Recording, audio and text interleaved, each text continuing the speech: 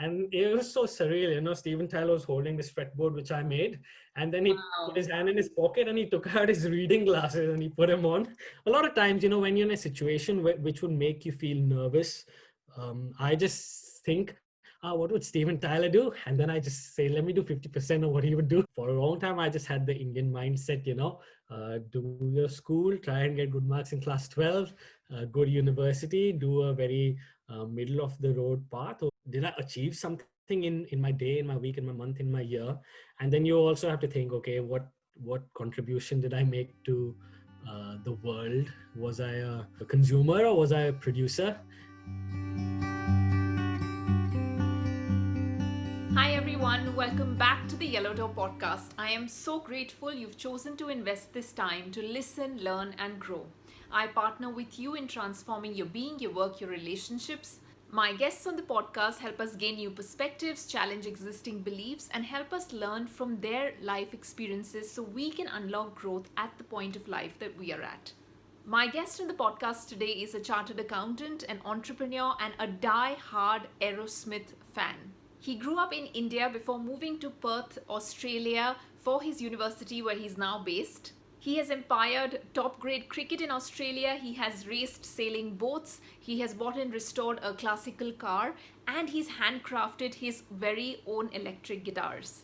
In the last few years, he has traveled the world on tour with his very favorite band Aerosmith across 30 different shows, 13 countries, and 5 continents. My guest on the podcast today, Umanng Mittal. Hi, Umang. Welcome to the podcast. So exciting to have you here. Thanks, Sonam. Good to be here. How are you doing? How are you coping with not being able to see Aerosmith this year? Actually, it has been the hardest part about this whole thing all, Yeah. because not only not seeing them, but not knowing if I'll ever be able to see them again, if we'll ever be able to have concerts, especially for, five guys who are all in their 70s and they live in America. It's a lot of uncertainty, but Yeah. yeah. No, thank you, Monk. It's exciting. I really wanted to have you on the podcast because your life and how you've designed it has been very exciting to me. You're a chartered accountant, you're an entrepreneur, and you're a die-hard fan, serious fan of Aerosmith. I don't know if I'm, even doing justice to your passion for what they do. But you've toured with them around the world. You've watched them 30 times in 13 Yeah. countries across 5 Yeah. continents. So yeah, I mean, that says a lot.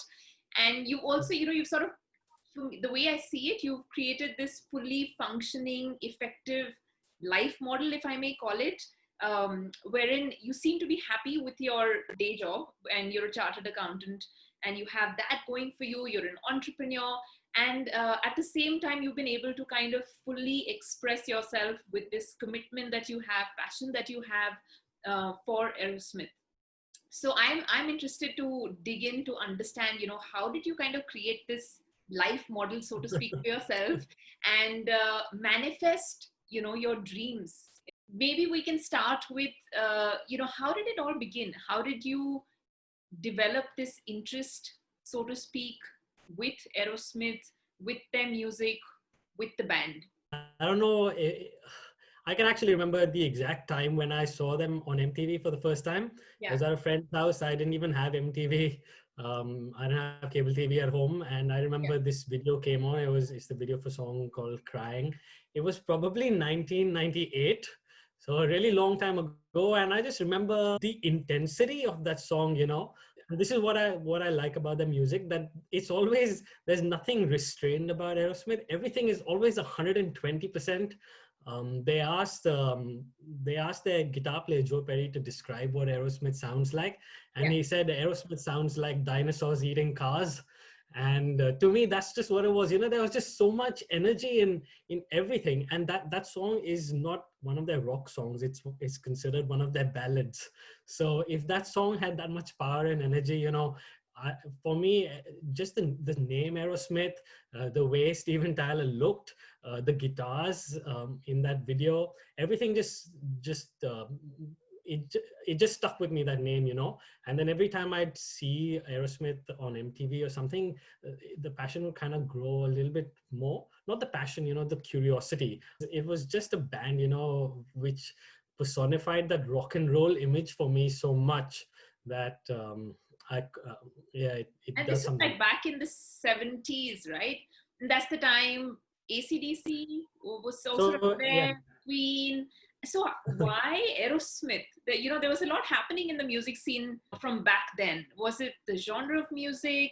What about Aerosmith caught really your attention? I don't know. I think there's it's just the amount of energy that they have is really more than the other bands. I went out to the Planet M, and they had an album called Aerosmith's Greatest Planet Hits. So M, I you thought, took me down memory lane. yeah. So I found this album called Aerosmith's Greatest Hits, and I thought, okay, this sounds like it must be really good because it's their greatest hits. And then I looked at the back of the album, and it didn't have any of the songs which I knew. And I thought, okay, if their greatest hits doesn't have songs like "Dude Looks Like a Lady" and "Crying" and "Crazy," then they must be really good. Another thing about Aerosmith which kind of fascinates me is that they were the biggest rock band in America in the mid '70s until they had a massive implosion because of drugs and fighting, and the band broke up. And they had a hiatus of about 5 years, in which bands like Van Halen, Guns N' Roses, Motley Crue, they kind of filled the gap in the This American was rock around the scene. 80s, right? Yeah, so Like, you were into it. 1979, Yeah. Aerosmith broke up and they reformed in 1984. So they had a full 4 year break until they came out with their comeback album. So this really fascinates me. And not only did they have a comeback, their comeback was bigger than when they were first successful. So no band can do that. No band has survived so many years with the original band members. And it's not just 2 or 3 guys like a duo. It's 5 guys, and the band has a real history of infighting. So it's every time I see them live, I think, this might be the last time I see them live, because you never know what's going to happen with Aerosmith. But yeah, that's that in a way that makes it even more special. Steven Tyler is an amazing front man.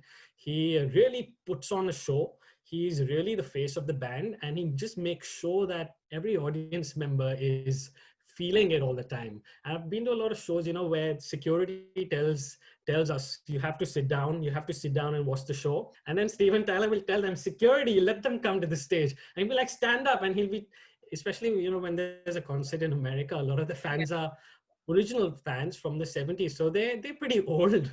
But he tells them, you got to stand up. You got to stand up and come to the show. Put your phones away. So he really makes you enjoy the show. And I can clearly see the passion with which you speak about this. So this happened back in school. I mean, that's when you got into their Yeah, music, you started exploring it deeper, listening to their albums. yeah. And then what happened? How did this evolve? So I just kept hearing. I mean, I'd listen to Aerosmith almost exclusively, like 90% listen to them, 10% listen to my other music. And then I just thought, yeah, someday I'm going to see them live. They actually used to tour Japan quite frequently. So I thought, yeah, I'll go see them in Japan at some point in time. And side story, I kind of influenced by Aerosmith. I started playing guitar, and I realized I love guitars, especially electric guitars, so much that I started making my own guitars.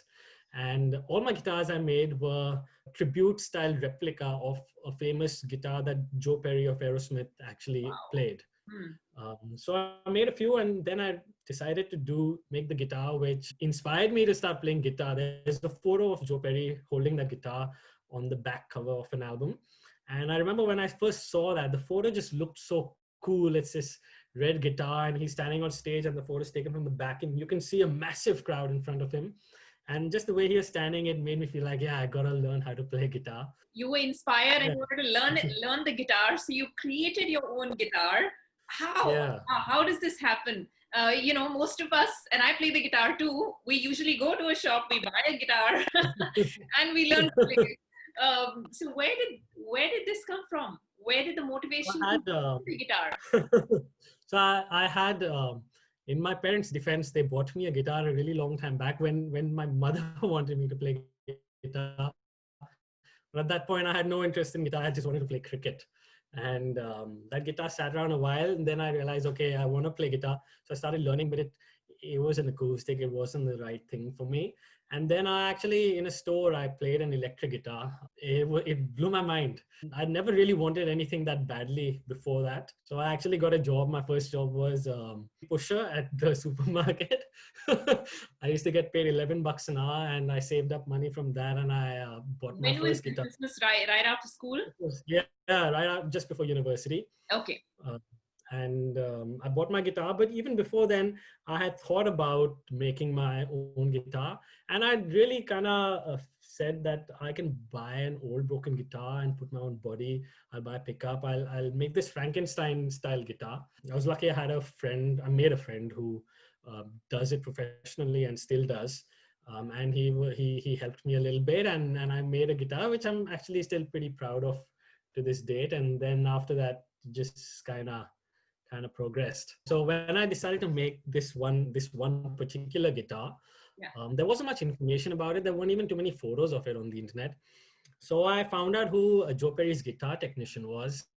I found out what his name was, and then I found him on Facebook, and I sent him a message on Facebook, and I told him who I was and what I wanted. I just wanted some technical specs about the guitar, and he was actually very helpful. He told me all that stuff, and he took a bunch of photos. And then I told him that, by the way, I've never seen Aerosmith live in concert, and the next time they go to Japan, I'm going to go see them. And coincidentally, within a year, they announced that they were going to Japan. I'd never traveled overseas myself to any place other than going back to India. So it was new for me. Yeah. So my friend, the guitar tech, he asked me what show is your first. So I told him Hiroshima was my first show, and I reached Hiroshima late at night, and I sent my friend a message, and he's like, okay, just come to the arena at 11 o'clock tomorrow morning. I showed up at the arena, and I literally went from just standing on the roadside in Japan to being in like Aerosmith headquarters. I walked in, and all the equipment cabinets are lying there, everything's saying property of Aerosmith, and you walk on, and he took me like in the dark. You can't really see what's what, especially backstage. Everything's a mess.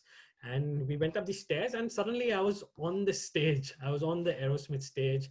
All the amps were laid out, the drum kit was laid out, everything which I'd seen in photos for so many years. And I was a huge fan. I used to see photos on the internet and magazines all the time. And suddenly I was in the middle of all that. It was really mind blowing. What was it like? What was it, and how old were you, if you don't mind disclosing I at that was time? I was in my mid 20s at that time. So Okay. still at the age where you really feel overawed and you feel like a starstruck fan. And then suddenly I realized, oh shit, that's Steven Tyler's voice. And I thought, okay, just be cool, just keep sitting here, just keep sitting here. And I was looking the other way, and the sound was behind me. And at one point he said, let's go check with Marco. Marco is going to know. And I thought, okay, here he comes. And I was still sitting here, and he walked right past me, and he went to Marco, and his the back of his head was towards me. And he started talking to Marco. He had this ukulele in his hand. It was some kind of electronic ukulele, and he was asking Marco to fix it for him. And they were talking, and then suddenly he turned around and he faced me, and he's like, "Hi, who are you?" And it The was it biggest was fan. I try to be cool, but I think I'm sure he's seen that reaction many, many, many times. But yeah, I told him I was a huge fan, and it was my first show, and I traveled from Australia just to see them. And actually, he was, and it's not this. It's happened so many times after as well. He is so genuinely nice to all his fans. He is so nice to me, and this is what I like about him so much, is that when you talk to him, he like stares into your eyes and like he's really listening. And so I don't even know what I was telling him. If I'm blabbering in this interview, you can imagine how I was blabbering to him. But I'd made because I make guitars, I'd made this inlaid fretboard for my friend Trace. It was a rosewood fretboard. I inlaid it with mother of pearl, with Trace's name on it, just as a gift to him. And so I was talking to Stephen, and then suddenly Stephen saw Trace, and he's like, "Hey, Trace, look who's here! I'm talking to your friend." And then Trace was like, "Hey, look what he made for me." And so he gave it to Stephen Tyler, and it was so surreal. Stephen Tyler was holding this fretboard which I made, and then he put Wow. his hand in his pocket and he took out his reading glasses and he put them on to look at it closely.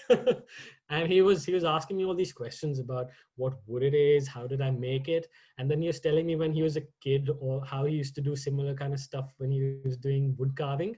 And so it was like, 1 hour ago I was just in my room in my hotel, and now I'm chit chatting backstage with Steven Tyler about woodwork.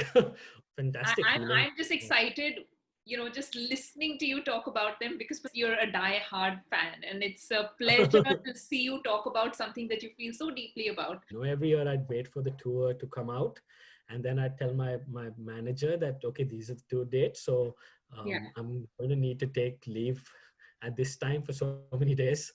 I had a very good system Not bad. going. Yeah. So then there was 13 countries and you've seen them now 30 times. You're clearly deeply passionate about this and about them and the band and how they are as human beings, as people, how they interact with their fans. Do you feel satisfied with following them around on tour, seeing them perform, or do you feel like doing something more? Was there something behind you creating guitars? Is that a path that you've thought about taking, or do you feel you're happy with this system that you've created? You work a job and that allows you to do what else you want to with the band. How do you look at Yeah, it? to be honest, I never thought of getting something out of it. It was just Yeah. I just wanted to see them live. It was just something I did for fun, and then I realized along the way that I've been to so many places, met so many people.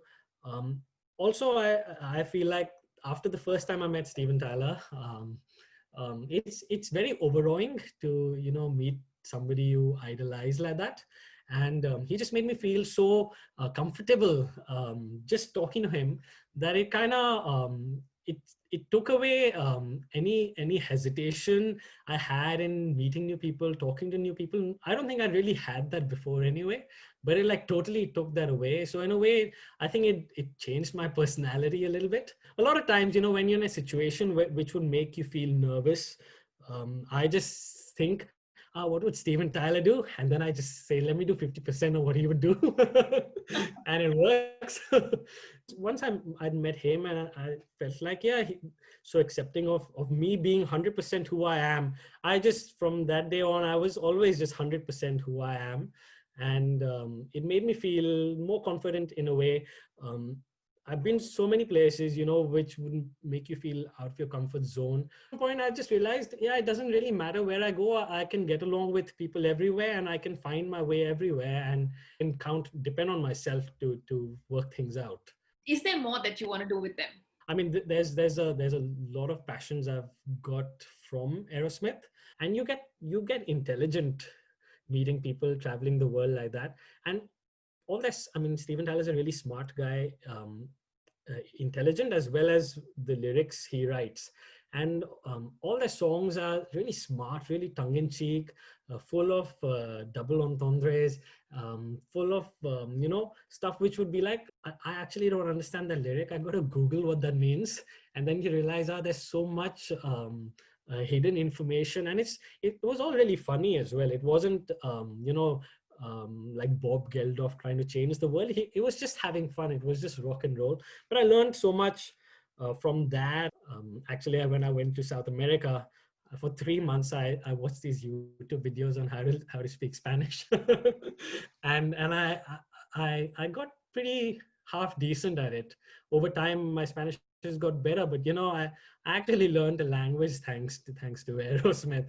You seem to have gotten a lot of inspiration and grown through the process, learned a language. So you're happy where you're Yeah, at. you know yeah, you, yeah. you're kind of taking it as it comes. I never wanted anything out of it. Yeah. Everything I got is just incidental. When you look back and you see how all of it unfolded back from school days when you really wanted to watch them live, and having done that, interacted with them, and year on year meeting them and all, going through that entire experience, How does it feel surreal? How have you Yeah, thought it about does. it? Did you feel that you manifested it? How do you look at it? I don't know about manifestation. At some point, I realized that okay, no, if I want to see them, I have to make this happen for myself. And actually, there's nothing really stopping me from doing that. And my one of my friends, I told you, the guy who makes guitars, he told me that why don't you just go and see them if they aren't coming here? So he kind of told me that yeah, if you want it, there's nothing stopping you from just going and seeing them like that. So I realized that yeah, everything is in my hands. I can, if I want to, I can make this happen, and why shouldn't I? So he unlocked a different mindset Yeah, for you yeah, to exactly, plunge and exactly. go for it. The other thing I'm curious about is how do you look at your day, your year, when you have your accounting role that you do with companies, and then you have your entrepreneurial hustle. Maybe you'd like to talk about that, and then you have Aerosmith, which is also a commitment for you. How do you look at these verticals of life that you've created for yourself, and you seem to be happy planning it in the way that you do? How do these integrate? How do they fuel each other? Talk me through it. To be honest, for a long time, I just had the Indian mindset, do your school, try and get good marks in class 12, go to university, do a very middle of the road path. Over here, it was either do engineering or do commerce. Once you do commerce, you try and get a job in a firm. Once you get a job in a firm, you do your CA. I did that. It was okay. I mean, I was earning money for the first time in my life, so I could spend money on things I like. Confession time, I don't actually like accounting. I think I'm naturally good at it, so it's never been a problem, but I never really enjoyed it. But for me, it was always, do my best at work and then have fun outside of work. So I was very comfortable doing that. I used to be a cricket umpire for a really long time, and that used to give me a lot of satisfaction. And then I had all these other hobbies. I had so many hobbies that I would never define myself through my work. I've sailed boats for a really long time. Racing them on the river, it's very high intensity. It's something which not a lot of people do. I always just thought working was a way to fund my real life. And then recently, I have taken a break from accounting, and I thought, okay, let me actually do something work-wise, which I enjoy and which I can really put my energy and passion into. And if I put in the same energy which I do at work for someone else, if I put it into my own thing, it's going to do well. So I've always had this interest in making something, producing something, especially something which is functional as well as artistic. The thing which I had a real interest in at the time was leather work. It was all some small stuff which I made myself, like small zipper wallets and handbags and card holders. So I actually went to Italy and I learned how to make handbags from this Italian artisan. And then recently I set up my own brand, making ladies' handbags, something which I really feel like it encapsulates real functionality. It's got to work for the lady. It's something which looks really good. You can use really good materials, nice colors, and make something which is a piece of art. I want the customer to have the same kind of feeling that I get when I look at a really fancy guitar or like a really cool classic car.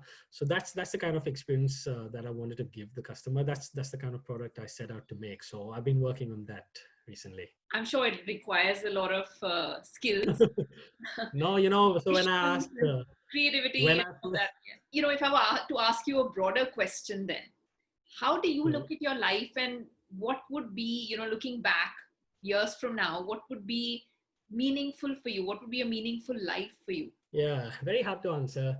There are two ways of looking at it. One is to have something which gives yourself meaning.